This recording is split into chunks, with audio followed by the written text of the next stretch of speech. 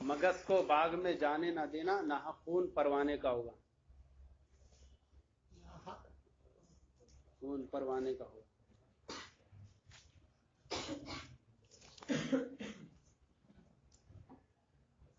چلیں آگے۔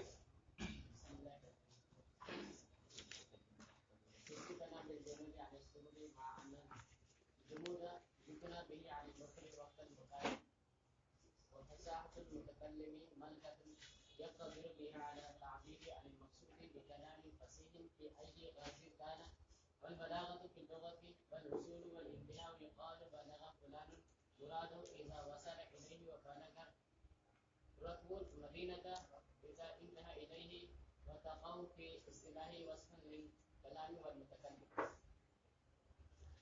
چلیں بسم اللہ الرحمن الرحیم۔ کتنا ہو گیا اب تک؟ فصاحت کلمہ ہو گیا، فصاحت کلام ہو گیا۔ فصاحت کلمہ میں کتنی چیزوں کی ضرورت تھی؟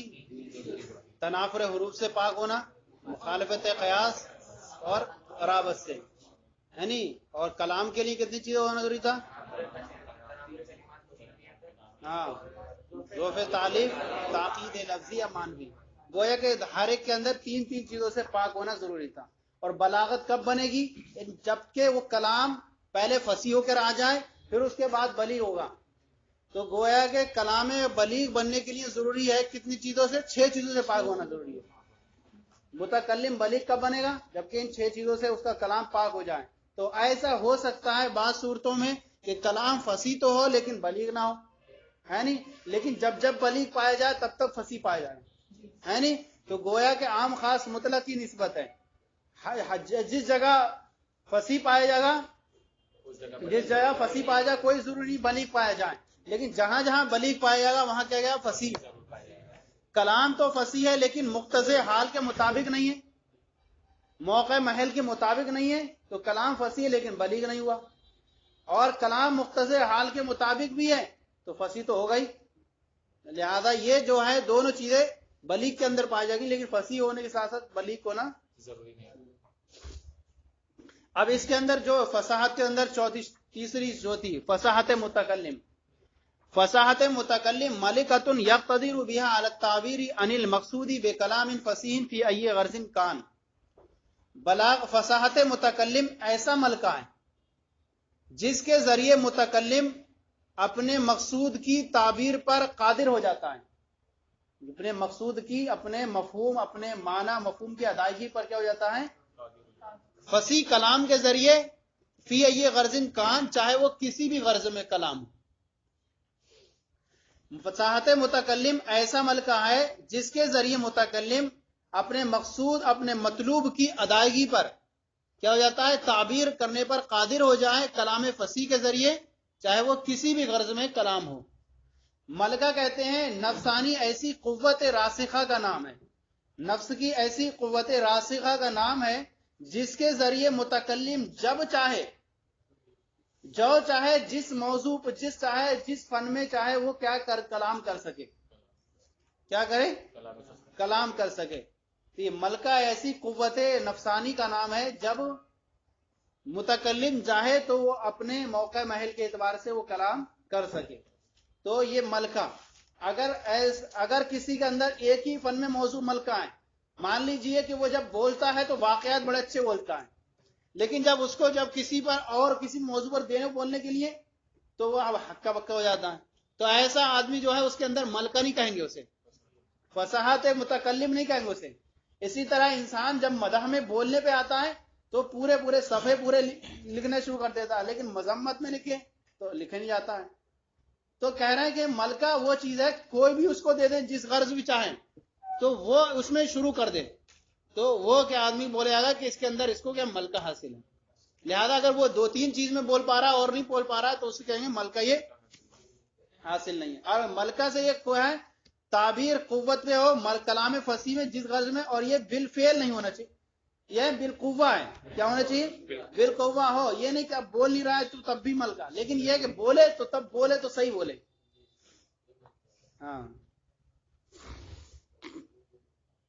تو فصاحت متکلم ایک ایسا ملکہ ہے جس کے ذریعے متکلم جس کے ذریعے متکلم جو ہے اپنے مقصود کی تعبیر ادا کرنے پر قادر ہو کلام فصیح کے ذریعے، جس غرض میں بھی وہ کلام ہو. اتنی 6 چیزوں. اب بلاغت کے سلسلے میں بیان کر رہے ہیں. والبلاغت فی اللغت الوصول والانتہاء. بلاغت لغت میں کیا ہوتا ہے؟ اصل پہنچنا ہی ہوتا ہے. تو بلاغت لغت میں پہنچنے اور رک جانے کے معنی میں ہوتا ہے. پہنچ گیا تو انسان رک ہی جاتا ہے. پہنچنے اور انتہا معنی رک جانا، ٹھہر جانا. تو بلاغت لغت میں پہنچنے اور رک جانے کے معنی میں استعمال ہوتا ہے. یقالو کہا جاتا ہے بلغ فلان مرادہ، فلاں اپنی مراد کو پہنچ گیا. اذا وصل الیہ، جب تو وہ اس تک پہنچ جائے. کیا کہا جاتا ہے؟ یہ لفظ کہا جاتا ہے کہ بلغ فلان مرادہ، اپنی مراد کو پہنچ گیا. جب وہ اس تک پہنچ جائے تو یہ لفظ کہتے ہیں بلغ فلان مرادہ، یعنی فلاں اپنی مراد کو پہنچ گیا. وَبَلَغَ رَكْبُ الْمَدِينَةَ کب بولتے ہیں؟ اذا انتہا الیہا، جب وہ اس شہر تک پہنچ جائیں. یعنی جو ہے لشکر قافلہ شہر کو پہنچ گیا، لشکر جو ہے شہر میں پہنچ گیا. اذا انتہا الیہا، جب وہ اس شہر تک پہنچ جائے تب یہ مثال پیش کرتے ہیں بلغ الركب المدینہ. بلغ الركب المدینہ کی مثال پیش کرتے ہیں جب وہ شہر میں ٹھہر جائے، شہر میں رک جا کر کے. تو گویا کہ لغت کے اندر کس کا معنی ہے؟ بلاغت کا پہنچنے اور انتہا کے معنی میں ہے، اور اس پر دو انہوں نے مثالیں بھی پیش کر دی. وتقع فی الاصطلاح، اصطلاحی کو اس کی ہے نہیں تعریف، اصطلاح میں یہ صفت بن کر کے پھر اس کی تعریف کرتے ہیں. وتقع فی الاصطلاح وصفا للکلام والمتکلم، اور اصطلاح میں یہ کلام اور متکلم کی صفت واقع ہوتا ہے. اس میں کیا ہے؟ کلمے کی صفت نہیں ہے، تو کلام اور متکلم کی صفت ہو. تو اب جب کلام جب ہوگا، یہ بھی یاد رکھیں کہ کلام بلیغ کب بنے گا؟ پہلے اس کے ہر کلمہ کیا ہوگا؟ فصیح ہو، تبھی بنے گا کلام فصیح. تو تقع فی الاصطلاح وصفا للکلام والمتکلم، اور کلام اصطلاح میں یہ جو ہے کون؟ بلاغت، کلام اور متکلم کی صفت واقع ہوا کرتا ہے. فبلاغت الکلام مطابقت لمختصر حال ما فصاحتی، بلاغت کلام کا مختصر حال کے مطابق ہونا، ما فصاحتی، اس کلام کے فصیح ہونے کے ساتھ ساتھ. اس کلام کے فصیح ہونے کے ساتھ مختصر حال کیا ہوتا ہے؟ جو ہماری طبیعت تقاضا کریے، جو ہمارا یہ موقع محل ہے، اس موقع محل پر ہمیں کیا کرنا چاہیے. مان لیجئے کہ کسی کے عید کیا ہے، کسی کا خوشیوں کا موقع ہے، خوشیوں کا موقع ہے اور اس کی یہ شادی ہونے والی ہے. اب ایسے ٹائم پر کیا تقریر ہونی چاہیے؟ خوشی والی ہونا چاہیے، فضیل نکاح کی بیان ہو. اب وہ جو ہے ایصال ثواب والی تقریر شروع کر دیں تو موقع محل ہے کیا؟ موقع محل نہیں ہے. تو وہ کہیں گے کہ کیا ہے؟ کلام فصیح تو ہو گیا لیکن موقع محل کے اعتبار سے نہیں ہوا اس کا. یعنی جشن میلاد النبی ہے اور اس پہ جو ہے بس وہی میت بیان کرنا شروع کر دیا، ہاں سوان کربلا شروع کر دی. تو یہ کیا ہے؟ موقع محل کے مطابق سے نہیں ہوا. ہاں کتنا اچھا بیان کرے، کتنے اچھا، لیکن کہیں گے عجیب آدمی تھا، کہاں بلائے تھے. محرم پہ بلائے، اب کون سے شروع کر دی؟ شعبان کی تقریر شروع کر دی ہے نہیں، یا کوئی رمضان کی شروع کر دی، شب قدر آتی ہے تو چلے گا. وہ بلاغت الکلام، بلاغت کلام یہ کہ مطابقت للمقتضى الحال ما فصاحتی، کلام کا مقتضی حال، حال کی مقتضی حال کے مطابق ہونا. تقاضا کرتے ہیں، مقتضی معنی چاہنا، حال کی چاہنے کے مطابق ہونا، ساتھ ہی ساتھ اس کلام کے فصیح ہونے کے ساتھ. اب یہاں تشریح کر رہے ہیں اس کی. ایک ہوگا حال، ایک ہوگا مقتضی، اور ایک ہوگا مطابق مقتضی. 3 چیزیں ہوں گی، حال، مقتضی، مطابق مقتضی. جیسے مدح چاہتی ہے کہ کلام کو، مدح یہ حالت ہے، مدح کیا ہے؟ اور یہ چاہتی ہے اس بات کو کہ کلام بہت زیادہ طویل صورت میں پیش کیا جائے. جیسے کوئی چاہتا ہے نا، مدح کرتا ہے انسان کی، تو انسان کا مدح کرنے میں وہ رکتا ہی نہیں ہے، ہر چیز کی وہ تعریف کرتے چلے آتا ہے. تو وہ مدح میں جو ہے بہت زیادہ پہنچ جائے، اتناب تک پہنچ جائے، ہے نہیں. تو یہ مقتضی ہو گیا. لیکن کلام کو مطابق اس کے پیش کر دینا، اب یہ کیا ہو گیا؟ مطابق مقتضی ہو گیا.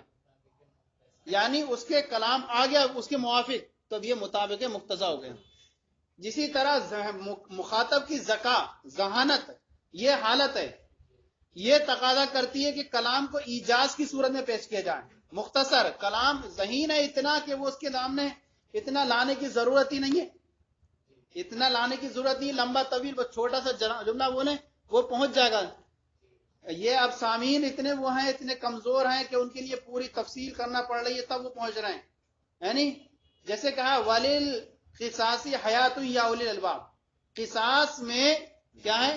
زندگیاں ہیں عقل والوں کے لیے. کہا نہیں تو قصاص میں کیسے زندگی ہے؟ سمجھنے والا سمجھے گا نا، یار ایک آدمی نے اس کو قتل کیا، لاؤ اس کو بھی قتل کرو، تو اس کی تو زندگی چلی گئی نا. تو یہاں کہاں سے زندگی ملی؟ یہ تو ایک آدمی اور زیادہ چلا گیا. تو کہا گیا قصاص میں زندگیاں ہیں، عقل والے سمجھتے ہیں اس کو.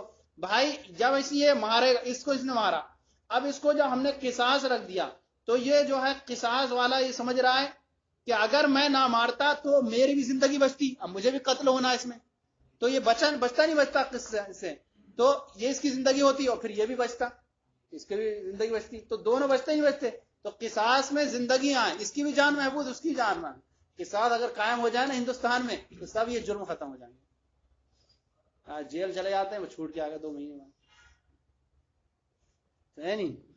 والحال ویسمى المقام، حال اور اس کا نام مقام رکھا جاتا ہے. اور اس کی تعریف کیا ہے؟ هو الامر الحامل للمتکلم على ان يورد عبارته على صورت مخصوصہ. حال وہ ایسی چیز ہے الحامل للمتکلم جو متکلم کو ابھارے، حامل معنی ابھارنا لے، جو متکلم کو ابھارے اعلیٰ اس بات پر ان یورد عبارتہ کہ وہ اپنی عبارت اپنے کلام کو پیش کرے اعلیٰ صورت مخصوصہ، ایک مخصوص صورت پر، ایک مخصوص صورت پر. تو حال اس کا نام مقام بھی رکھا جاتا ہے، اور وہ ایسی چیز ہے جو متکلم کو ابھارے اس بات پر کہ وہ اپنی عبارت اپنے کلام کو پیش کرے ایک مخصوص صورت پر. والمقتضى ويسمى الاعتبار المناسب، اور مقتضا اس کا نام اعتبار مناسب بھی رکھا جاتا ہے. اور مقتضا وہ صورت المخصوصہ التي تورد علیہا، اور وہ صورت مخصوصہ ہے جس پر عبارت پیش کی گئی. مقتضا کیا ہے؟ وہ صورت مخصوصہ ہے جس پر عبارت پیش کی ہے.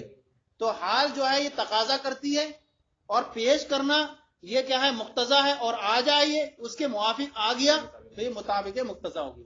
جیسے ایک صورت اور سمجھیں کہ انسان اگر خالی الذہن ہے تو اس کی طبیعت یہ تقاضا کرتی ہے صرف خبر دے دی جائے کسی کے بارے میں، زید آ گیا، تو یہ اس کی طبیعت کا تقاضا کرنا، خبر دینا، یہ طبیعت ہو.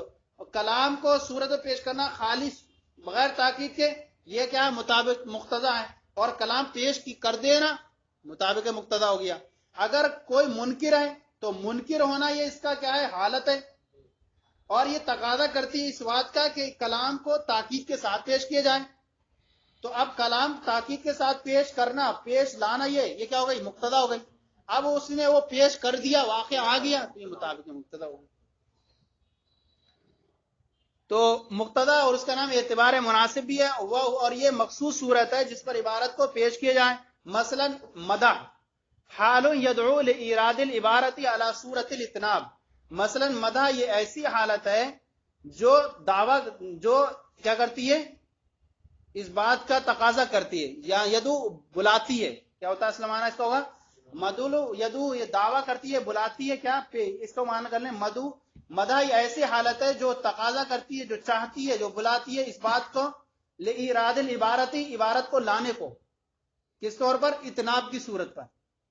مدح جو ہے یہ چاہتی ہے کہ عبارت کو پیش کیا جائے کس پر؟ اتناب اور ایجاز. سمجھے؟ اتناب مطلب حد سے زیادہ مبالغہ کر دینا، اور ایجاز مختصر کر دینا.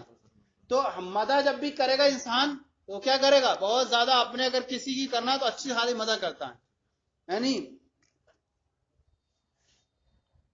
تو مدح یہ ایسی حالت ہے جو چاہتی ہے کہ عبارت کو پیش کیا جائے اتناب کی صورت پر.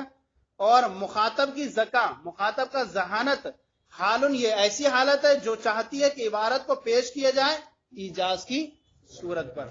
فکل من المدح والذکا حال، تو مدح اور ذکا میں سے ہر کیا ہوئے؟ ایک حالت ہوئی.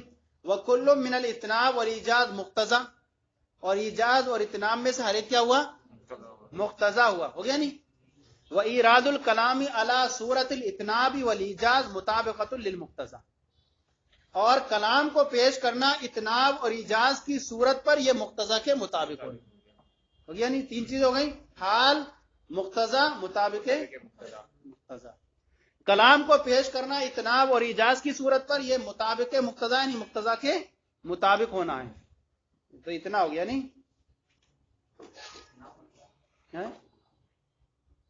کیا اتناب مانے طویل، بہت زیادہ لمبا کر دینا، حد سے زیادہ بلا. ایجاز اختصار. بلاغت متکلم یہ ہو گئے. فصاحت کیا ہو گئی؟ بلاغت کلام ہو گیا، بلاغت کلام. وبلاغت المتکلم ملکۃ یقتدر بها على التعبیر عن المقصود بکلام بلیغ فی ای غرض کان. ویسے فصاحت متکلم تو ایسی بلاغت متکلم ہے، بس فرق کیا ہو جائے گا؟ کلام بلیغ کا ہو جائے گا. وہاں فصاحت کیا ہوتا؟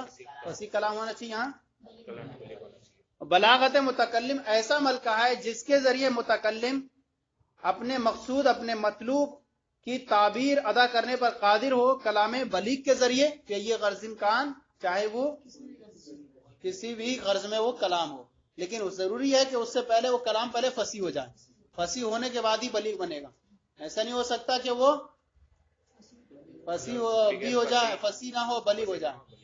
نہیں، جہاں بلیغ ہوگا وہاں فصیح ضرور ہو جائے. یہ کل جو ہے انشاءاللہ پورا ہو جائے گا.